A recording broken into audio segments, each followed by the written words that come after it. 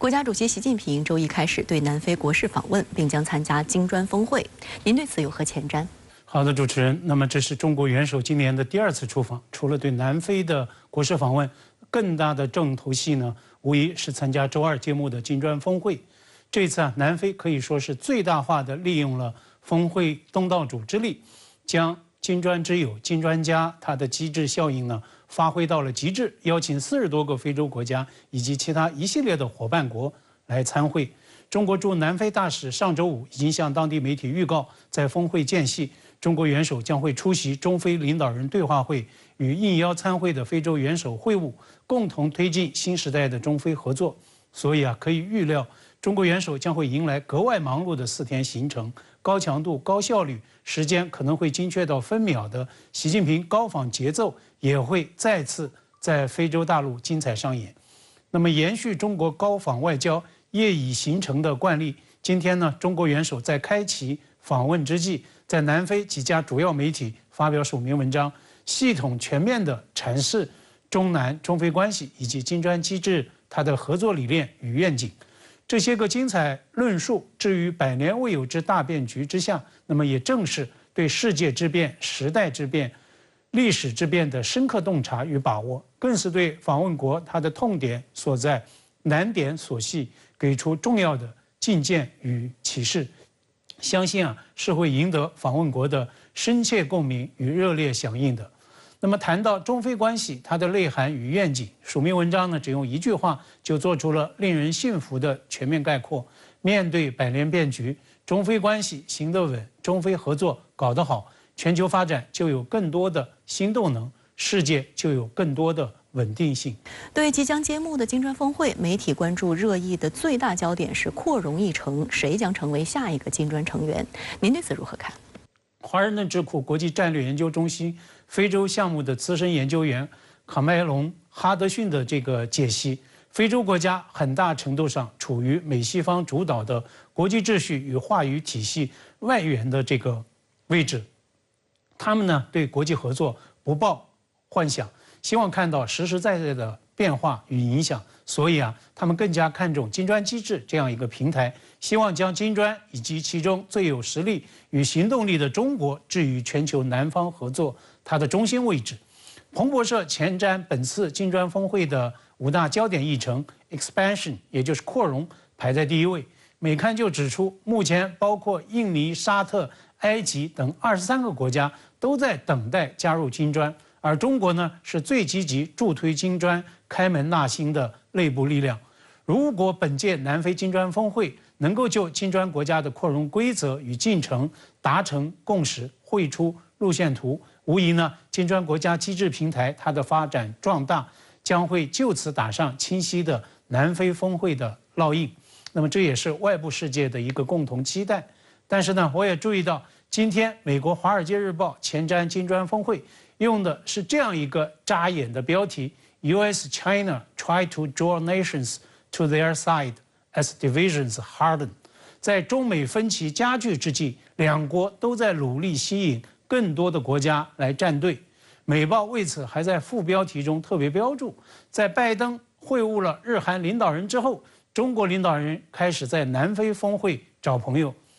我想，这就是典型的美国式的零和博弈思维、大国竞争逻辑、选边站队的做派。锤子眼里的世界就只有钉子。美国开峰会就是要拉小圈子，搞阵营对抗，就是要瞄准假想敌。他把自己的霸权思维与行事逻辑也强加给了自己眼中的竞争对手。对此呢，东道主实际上已经做出了明确的回答。南非总统拉马福萨昨天在电视国情咨文讲话中说得很清楚，南非不会被迫在全球大国之间选边站，不会被卷入大国之间的竞争。那么这实际上也代表了全球南方国家的共同心声。所以从这种意义上来说，南非金砖峰会开得好、办成功，不仅在扩容议程上能够取得进展，也包括在共同货币、新开发银行、俄乌冲突、粮食安全等等其他个焦点议程上能够实现突破。我想这些都将会是对美式峰会套路的最有力的回击。8月21号上午，国家主席习近平乘专机离开北京，应南非共和国总统拉马福萨邀请，赴约翰内斯堡出席金砖国家领导人第15次会晤，并对南非进行国事访问。这是习近平时隔5年第4次正式访问南非。当天，习近平还在南非多家主流媒体发表署名文章。国家主席习近平在南非《星报》、《开普时报》、《水星报》和南非独立媒体网站发表题为“让中南友好合作的巨轮扬帆远航”的署名文章。习近平表示，建交25年来，中南关系实现从伙伴关系、战略伙伴关系到全面战略伙伴关系的跨越式发展，成为发展中国家最具活力的双边关系之一。中南关系已经步入黄金时代，前景光明，未来可期。习近平强调，站在新的历史起点上，中南关系已经超越双边范畴，具有越来越重要的全球影响。中南要做志同道合的同行者，团结合作的引领者，中非友好的传承者，共同利益的捍卫者。习近平表示，我这次来到南非的另一项重要议程是出席金砖国家领导人会晤，这是金砖峰会第3次走进非洲这片充满活力和希望的大陆。中方愿同金砖伙伴一道，秉持开放包容、合作共赢的金砖精神，凝聚在重大问题上的共识，发扬独立自主的外交传统，坚定捍卫国际公平正义，推动国际社会重新聚焦发展问题，引领金砖合作机制在全球治理体系中发挥更加重要的作用，发出更加响亮的金砖之声。中国政府高度重视与南非的关系。南非在非洲国家当中具有领军者这样的一个角色。此访不但加固了中南双边的战略合作关系，而且有助于提升了中国和非洲国家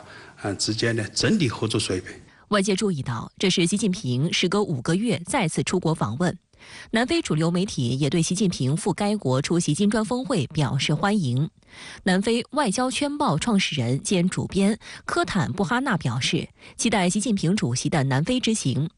金砖国家践行真正的多边主义，推动全球治理体系朝着更加公正合理的方向发展，重要性不断凸显。阿联酋海湾新闻报网站指出，从全球变暖、食品短缺到非法移民、能源危机，全球性挑战正变得越来越尖锐和紧迫。正因如此，作为今年最重要的会议之一，金砖国家领导人会晤的进程和结果值得关注。据悉，本届金砖领导人会晤将是时隔4年首次以面对面的方式举行。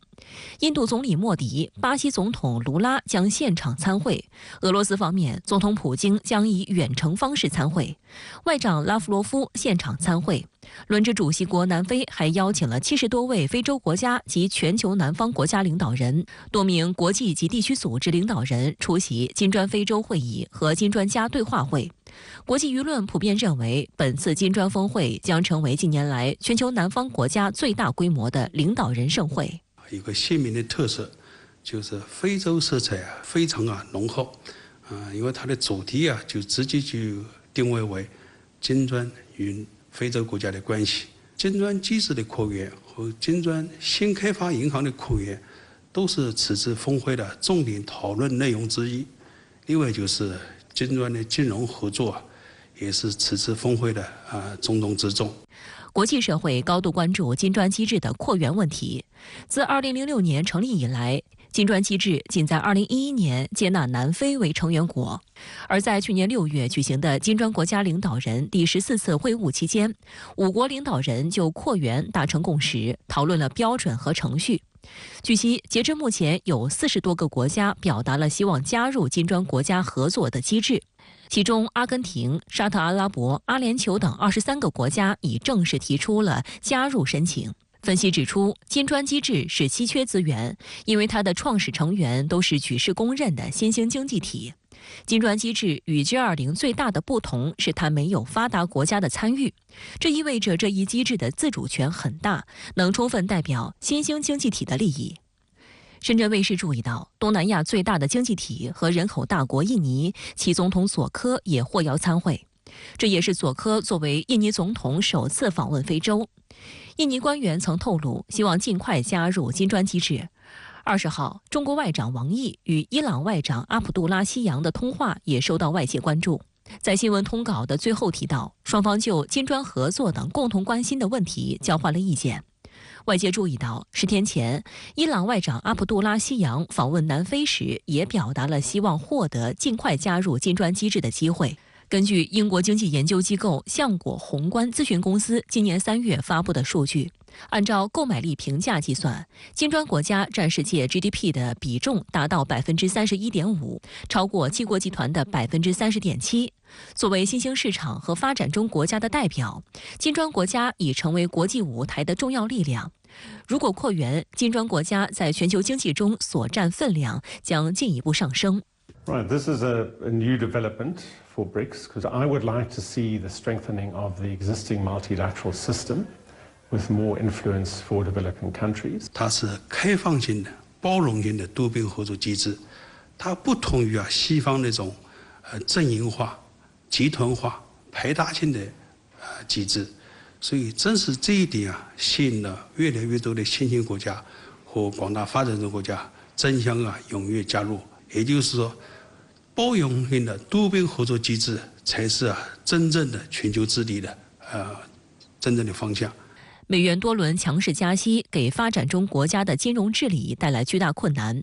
因此俄罗斯、巴西等国积极推动的去美元化实践受到全球南方国家的高度关注。非洲进出口银行研究主任兼首席经济学家伊波利特·福法克认为，这是金砖国家走向成熟的一个标志。他认为，扩员后的金砖国家可以深化本币贸易和结算，加速去美元化，引领世界向一个国家多极化的方向发展。南非亚洲及金砖事务特使阿尼尔·苏克拉尔此前也透露，峰会可能将讨论成立一个技术委员会，以筹划潜在的共同货币。虽然相关议题在技术层面仍面临诸多挑战，但成员国展露出的强烈意愿不容忽视。中国国际问题研究院发展中国家研究所所长王友明认为，金砖机制不是国际秩序的推翻者，而是推动者。它的初心在于3不：不另起炉灶，不与西方搞阵营对抗，更不想取代谁。西方国家从来没有过的关注无论是西方国家，特别是美国驻南非大使馆、美国驻华使馆、美国的学者也好，千方百计的打听这个到底是哪些国家要加入金砖机制？之前一开始是漠视、嘲讽，认为金砖机制也就是一个空谈俱乐部。现在金砖做大做强了，他们在唱衰的基础上，现在感到担心害怕了。我们看到连日来，解放军东部战区在台湾岛周边组织的海空等兵种联合演训，在岛内外是引起了广泛的关注。对此您如何看？我注意到，境外有评论认为，由于赖清德在过境美国时的言行相对低调，以及美国刻意降低了赖清德的接待规格，因此跟佩洛西登岛以及上一次蔡英文过境美国时的反制措施相比，解放军东部战区的这次军事演习在规模上显得相对比较小，动作上也比较克制。对此，我只同意前半部分的判断，不同意后半部分的结论。我认为由于本次演习未对外说明明确的开始与终止时间，也没有对外说明明确的演习地点，让外界看上去显然破去随机性与突然性，而且是动用了海空力量，形成了一种全项围岛进逼的这么一种态势，着实还是让民进党当局吓了一跳的。因此，至少跟上次蔡英文过境美国时候的反制措施相比，解放军这次对赖清德给出的军演待遇，实际上是有过之而无不及的，甚至可以说是给赖清德加了餐、开了特别的小灶的。而解放军对赖清德丝毫不留情面，实际上也就意味着，经过这么些年的观察，大陆已经对赖清德在政治上定了性，认为他骨子里面就是一个绿透了的台独分子。一旦赖清德当选，他在台独的路上走的将会比蔡英文更加激进。正是因为对赖清德已经不抱任何希望，所以未来大陆对赖清德的反制措施只会比对蔡英文更更加激烈。除此之外，由于赖清德过境美国期间，正好位于岛内即将举行新一轮的领导人选举之前，在这种情况下，岛内有舆论猜测，按照过往的所谓惯例，大陆在反制赖清德时动作可能会有所克制，以免被外界解读为是在介入岛内的选举，尤其是避免影响国民党的选情。然而事实情况却是，岛内正在进行的选举压根就不在大陆的考虑范围之内。解放军东部战区反制赖清德时的动作可谓是毫无顾忌，一点也没有手软。那么这也就说明，大陆的对台政策与动作不仅越来越显示出了以我为主的倾向，而且说明大陆正在向岛内以及美国发出不接受也不认可务实台独工作者赖清德的信号。赖清德在接受岛内电视媒体专访时叫嚣，台湾不是中华人民共和国的一部分，谁能够赢得选举也不取决于中国大陆。对此你又是如何看？其实我们把赖清德最近一段时间以来在两岸政治定位问题上的主要言论综合起来看，就可以看出其在台独立场上的完整论述，而且这是一个3段认识的论述。他的第一段是台湾不是中华人民共和国的一部分，第二段是中华人民共和国与岛内现政权互不隶属，第3段则顺理成章地变为了所谓的台湾已经是一个主权独立的国家，它的名字就是岛内现政权，因此台湾已经没有另外宣布台独的必要性，因为台湾已经独立了。这就是赖清德最新最完整的台独观。他再次说明了赖清德的骨子里面流淌的是台独的基因，而且赖清德的台独论述在其当选台湾地区领导人之前就已经肆无忌惮地流露出来了。其次，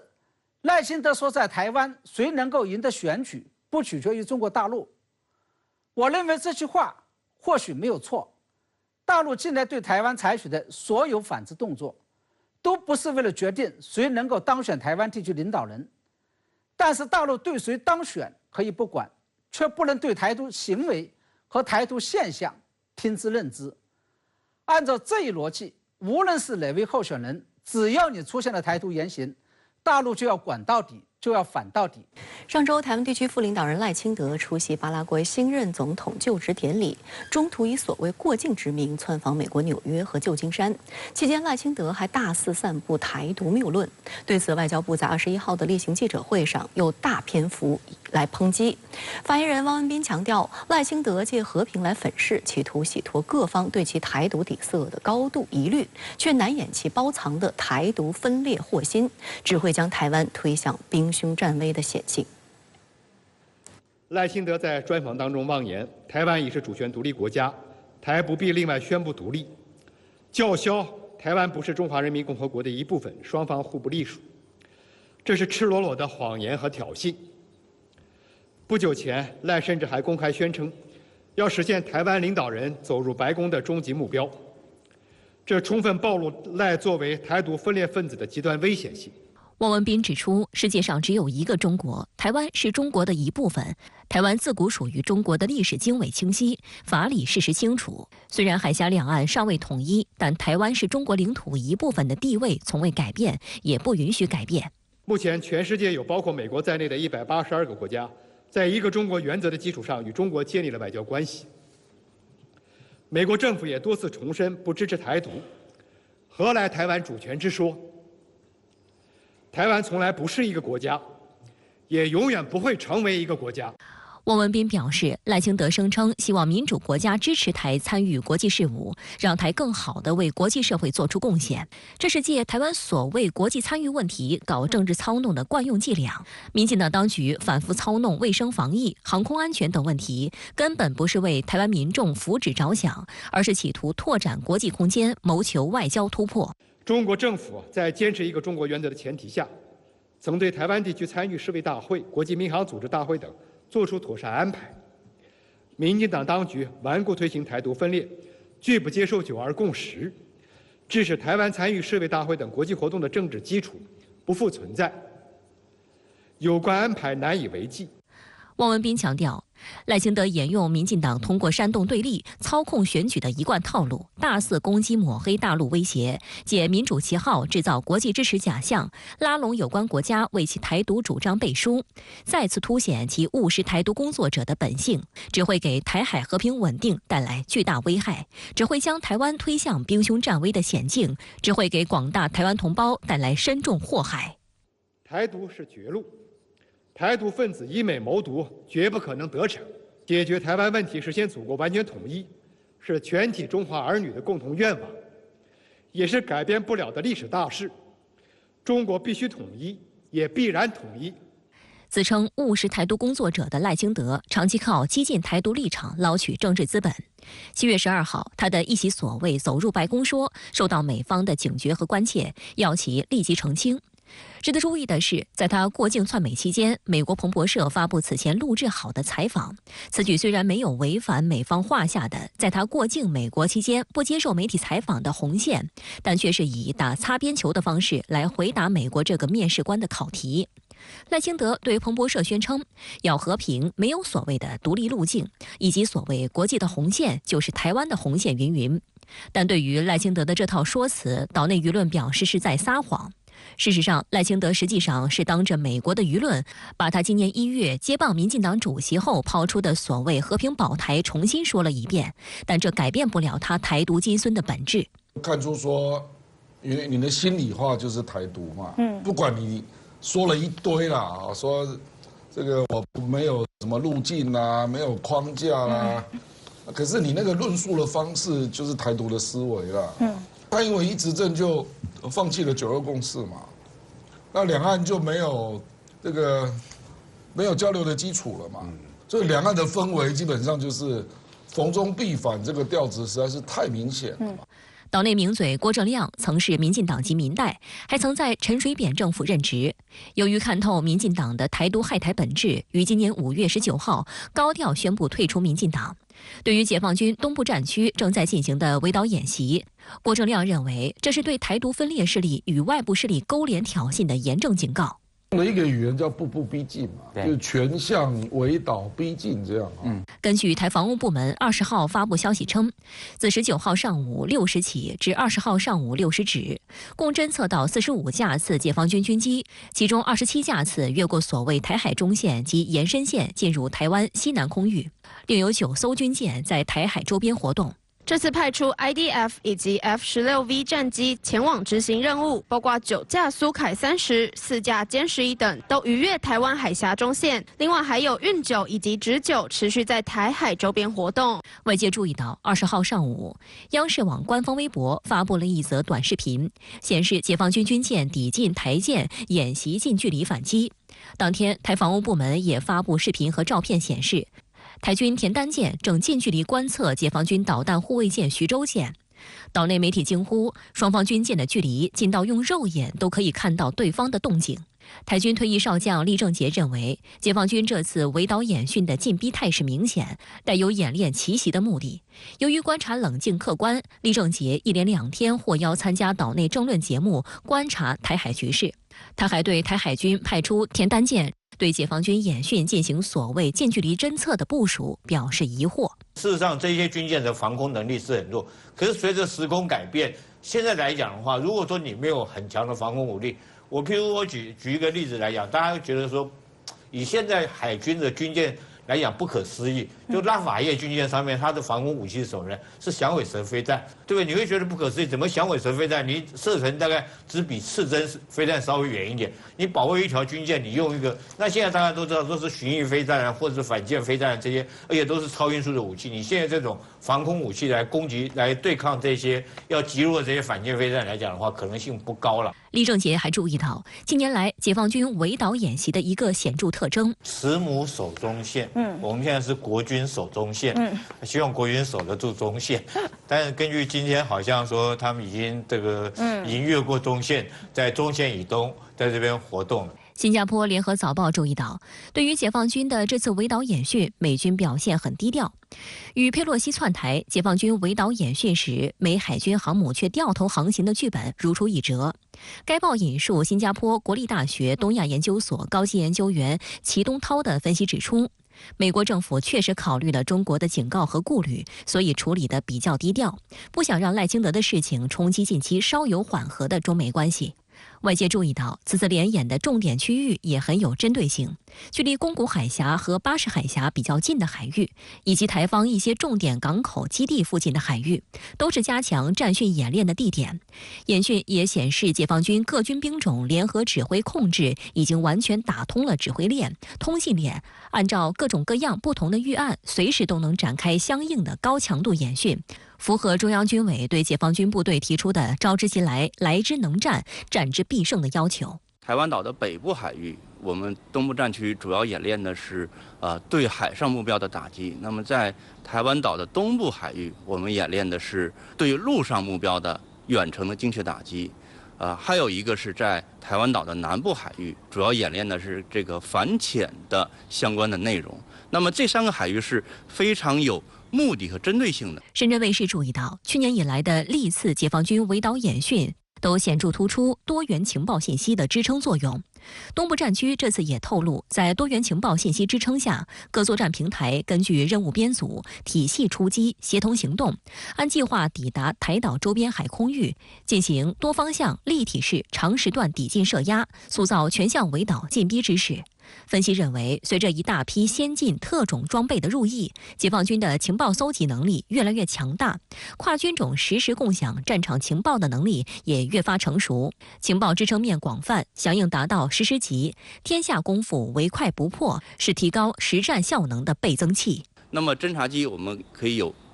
无人侦察机，还有这个有人驾驶侦察机。那么侦察的这个各种的类型也可以包括这个光学侦察、雷达侦察，包括电子情报侦察。那么包括海上的舰艇也可以利用自身的这个各种的雷达以及这个被动的情报收集系统来进行一个海上态势的侦察，包括水下的潜艇也可以进行侦察。这么多的这个侦察平台的所有的信息汇总在一起，然后进行统一的这个信息的分配分发，那么就可以做到整个作战系统的一个统一协调。作为戴维营峰会后美韩主导的首场大规模军演，据韩联社报道，持续11天的美韩已知自由之盾联合军事演习于21号正式启幕，模拟在朝鲜核武器和导弹威胁美国本土的假设下测试综合应对能力，并结合俄乌冲突的经验教训进行了调整。内容包括30项基于全面战争情景的战场训练科目，数量超过往年，进攻性和威慑意味浓厚。不仅仅是因为威慑这个朝鲜，而且也是对整个地区军事强国进行一种威慑。从这样讲的话，它必然会加强对中国和俄罗斯一些军事的一种威胁感，所以导致整个地区的军备竞赛会持续的强化。值得一提的是，美国本土军队以及驻韩太空军也将参加本次已知自由之盾联合演习。美韩还邀请澳大利亚、新西兰、泰国、菲律宾等所谓印太国家参加。此外，加拿大、法国、英国、希腊、意大利等所谓联合国军司令部成员国也参加演习。深圳卫视注意到，去年来美韩针对朝鲜动作频频。今年5月，尹锡悦访美时签署的华盛顿宣言首次以书面形式确定了美国对韩国的核保护伞。韩国还邀请美国的核潜艇驻扎半岛。实际上，不到3个月的时间里，已经有2艘美国的核潜艇访问釜山港。而近日落幕的戴维营美日韩领导人峰会再次确认了3国合作应对朝鲜核岛问题的策略。除了美日韩3国领导人会晤和跨军种联合演习的定期化，还专门为朝鲜核岛新设一条情报共享热线。不过，美国舆论也直言，美日韩是打着针对朝鲜的幌子，针对中国搞迷你版北约。从军事角度来看，美日和美韩2个双边同盟如果能强化为美日韩3角军事同盟，将强化美国的绝对主导地位，有力加紧推进印太战略。值得警惕的是，美日韩领导人戴维营峰会后公布的3份文件中，多次针对中国指手画脚，包括台海和南海。对此，中国外交部发言人汪文斌在21号的例行记者会上严正指出，美日韩领导人涉华言论严重违背国际关系基本准则，中方表示强烈不满和坚决反对，已向有关方面提出严正交涉。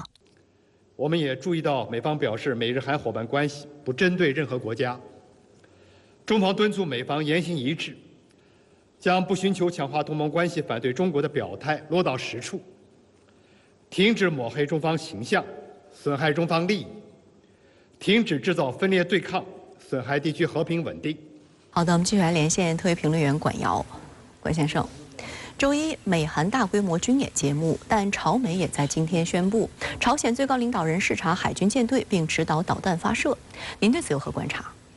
我之前在评论中曾经提到，美日韩峰会开了，朝鲜会射弹应对吗？现在看来，靴子落地了。就在峰会揭幕的前一天，那么韩国国情院上周四还曾经发布评估报告，认为不排除朝鲜方面会在峰会前后射弹应对。尽管朝中社的报道并没有确认这次视察与射弹是否就发生在今天，而且韩方也有所谓的质疑声音，认为朝方报道有所谓军力夸大的嫌疑，但是并没有给出具体的证据。特别要强调，在峰会落幕之后的首个工作日，美韩与朝鲜方面都在以各种可能的方式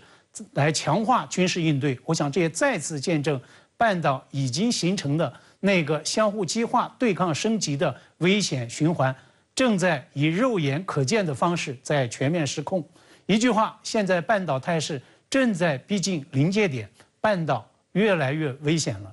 美韩这次联合军演规模空前，持续10多天，美国空天军首次上阵，演练科目包括核岛应对、网络战、信息战等等。鉴于美日韩峰会也宣布达成3方共识，要推动3国军演机制化、常态化，3国强化情报分享，构建核岛应对的快速响应体系等等。而且韩国总统尹锡悦昨天也在韩国国安会的会议上特别强调，就是要以强制强，声称和平不是祈求来的，必须要以压倒性的这种军力威慑来实现。那么日本加入到类似今天的美韩大规模军演，我想就会是一个必然的选项。而在半岛另一侧朝鲜方面在发射完巡航导弹之后，会接着射弹道导弹吗？还会有核试吗？那么在这样一种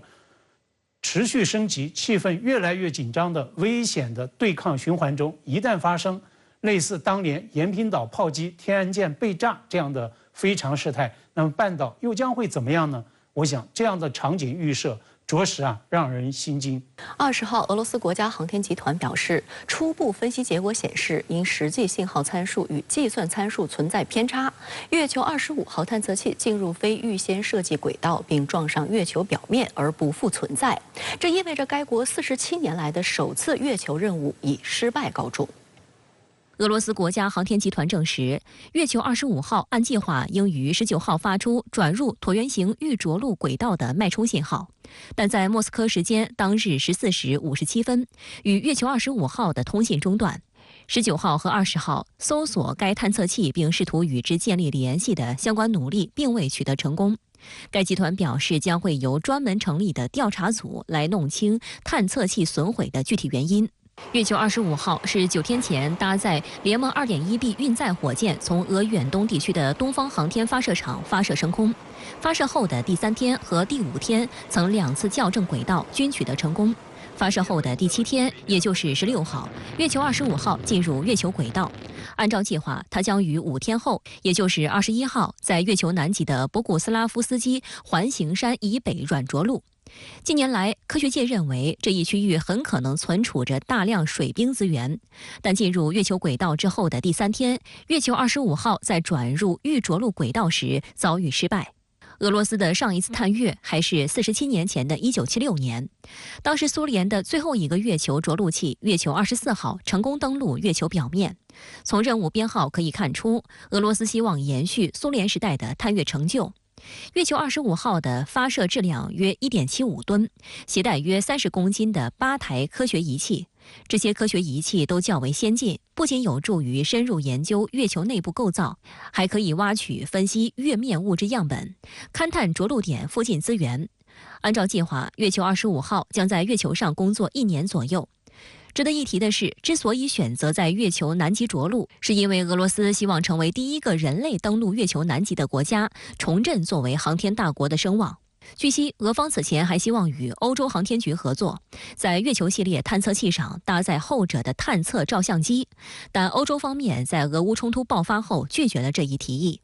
此外，根据俄罗斯国家探月工程的安排，月球系列的探测器已经排序至28号，计划发射时间不早于2029年。此举，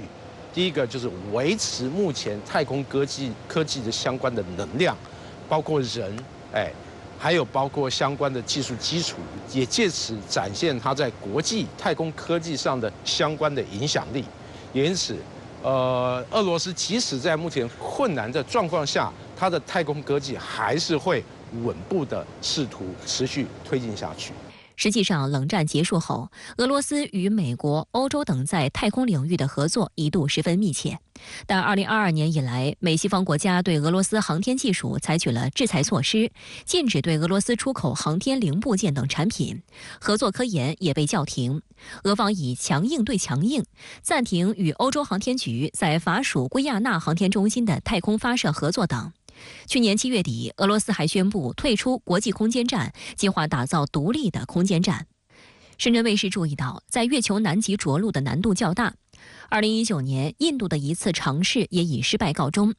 印度今年7月发射的着陆器月船3号，现在仍在近月轨道上旋转，目的地也是月球南极。值得注意的是，日本也将于近期挑战发射月球探测器。半岛电视台的报道就认为，近年来月球南极逐渐成为各国探月器的重点关注目标，是因为这里可能存在的水资源或许能帮助人类实现探索太空能力的巨大飞跃。There are these proposed water deposits. From a scientific perspective, that's hugely interesting. So if you want to go further out into the solar system, then it's a great place to potentially have a base, a long-term base on the southern pole of the moon. 台湾在中美洲仅剩2个所谓友邦，现在其中之一的危地马拉可能又要生变。在20号该国举行的总统选举第2轮投票中，承诺一旦当选就与中国大陆建交的候选人阿雷瓦洛以明显优势胜出。事实上，在危地马拉国内，希望与中国大陆建交并深化经贸等双边合作的呼声越来越高。蔡英文会不会在其任期内丢掉第10个友邦？这已经成为岛内舆论高度关注的议题之一。当地时间20号晚，危地马拉最高选举法院网站发布的计票结果显示，根据对99.6%的选票的统计，种子运动党候选人贝尔纳多·阿雷瓦洛的得票率为59.12%，以明显优势在总统大选中获胜。他将于明年1月正式就职。现年64岁的阿雷瓦洛曾是社会学家和前外交官，目前是危地马拉国会议员，也是该国首位民选总统胡安·何塞·阿雷瓦洛之子。美国《华盛顿邮报》指出，阿雷瓦洛的政治实力并不雄厚，此次以黑马的姿态当选，主要是其拿出了一份让多数选民满意的竞选纲领。作为拉丁美洲最贫穷国家之一，危地马拉是美国非正常渠道移民的主要来源地，也是哥伦比亚可卡因运往美国市场的重要渠道。该国常年饱受腐败困扰，民众求发展的呼声很高，而阿雷瓦洛的政纲切中要害，提出反腐、促进就业、发展公共医疗等方案，获得了选民的支持。他强调这个对内改革，深得人心。另一个呢，对外强调独立自主，因为这么多年呢，像危地马拉这种中美洲国家，他们的对外外交呢，深受美国的这种干扰，当地人民非常渴望在对外政策方面展现出自己的这个独立自主，所以说我觉得这个阿雷瓦洛他的这些主张呢，不仅得到了民众的赞赏，而且呢也给危地马拉民众呢带来了希望，所以说他能够获得这次选举的胜利。观察认为，危地马拉的发展之所以困难重重，也与该国的外交立场有很大关系。危地马拉由于各种原因，成为台湾地区在中美洲仅剩的2个所谓友邦之一。阿雷瓦洛认为，外交不能自主，严重阻碍了危地马拉经济的发展。他在6月接受电台采访时曾表示，危地马拉要从自身国家利益出发，独立自主地制定对外政策，让我们成为自己外交政策的主人，没人可以对危地马拉的立场指手画脚。他还特别强调，如果赢得总统大选，将寻求在相互尊重的基础上发展与中国大陆的友好关系。路透社认为，阿雷瓦洛的表态意味着危地马拉的发展战略可能发生重大转变。随着危地马拉的邻国一个又一个的选择与中国大陆建交，并成功搭上中国发展的顺风车，该国民众要求与中国发展外交和经贸合作的呼声越来越高。尤其是今年3月，中美洲国家洪都拉斯与台当局断绝长达数十年的所谓邦交关系，改与中国大陆建交。其后，两国大使馆和外交官迅速就位，多项双边协议迅速落实，这对危地马拉民众的心理震撼可想而知。Por supuesto que ya lo hizo Salvador, ya lo hizo Honduras. Pienso que a nosotros también nos convendría, pues, porque, como le digo, es un país muy grande que tiene mucha tecnología, mucho comercio. Lo que pasa es que estamos condicionados por las políticas que condiciona el imperio americano, ¿no? Sería bueno, ¿no? Tener buenas relaciones con China. Considero que el próximo presidente que quede establezca relaciones diplomáticas con China, sería muy bueno. 他为什么要提出与中国发展关系这样一个政策方向？如果能与中国发展密切的关系，就能够展现出危地马拉政府在对外政策上那个独立自主的一种标志或者象征。我相信，就是广大这个危地马拉民众呢，应该是心有所向，他们也对与中国发展关系有很高的兴趣。这一点呢，是普通民众的一种渴望。今年3月底，蔡英文过境窜美，就是打着窜访危地马拉和伯利兹的名头。而美国也长期施压危地马拉，要求该国政府维持与台湾的关系，但这意外地刺激了危地马拉的国内矛盾。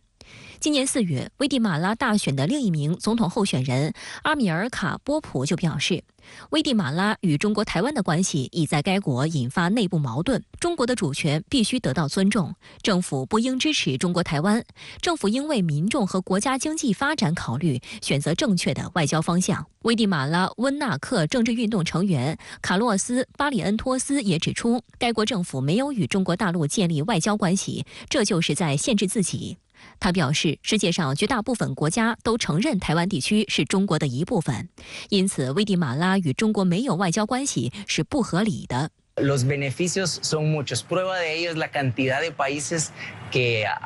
al día de hoy tienen las relaciones diplomáticas con China. El rehusarnos a entablar esas relaciones diplomáticas y comerciales sería una necesidad. 实际上，台湾民进党当局也一直以金援的方式当冤大头。台媒就爆料称，今年4月，危地马拉总统窜访台湾地区，但这趟行程实际上是蔡当局承诺了海量的利益输送后换来的。美联社报道还证实，拜登上台后，危地马拉政府为了与拜登政府拉近关系，花费了90万美元雇佣了一家美国的游说公司，但这笔钱是台当局买单的，不仅要支付代理人有关费用，还得报销差旅费，甘当提款机。